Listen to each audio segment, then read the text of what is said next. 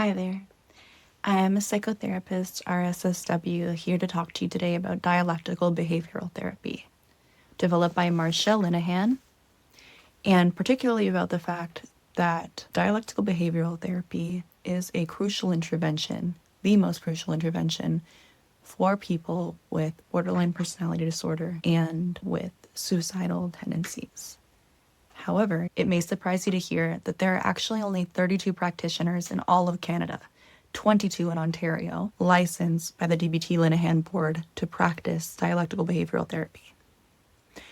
You can incorporate dialectical behavioral therapy into your practice, but to be performing full-fledged DBT, you would be DBT certified by the Linehan board. And there are only 32 practitioners in the whole country who are licensed to practice officially. So if you have a psychotherapist who is claiming to incorporate DBT, it may not be the full DBT program, full adherence DBT. That includes phone coaching, individual therapy, DBT skills, and team conferencing. And I would say this especially because if someone is under the supervision of someone who's DBT board certified, they can still charge the $270 per week for DBT skills.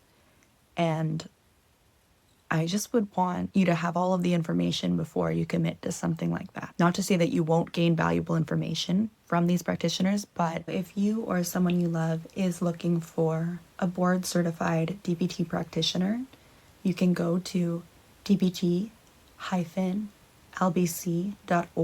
That's the Marsha Linehan Board of Certification, the inventor of DBT. And you can use this website even if you're in the United States, Australia. These places also have LBC board certified practitioners. And you might want to look at who is certified in your area. You can take a look on that website for your state if you are in the United States, but particularly for Canada, because that's where I practice.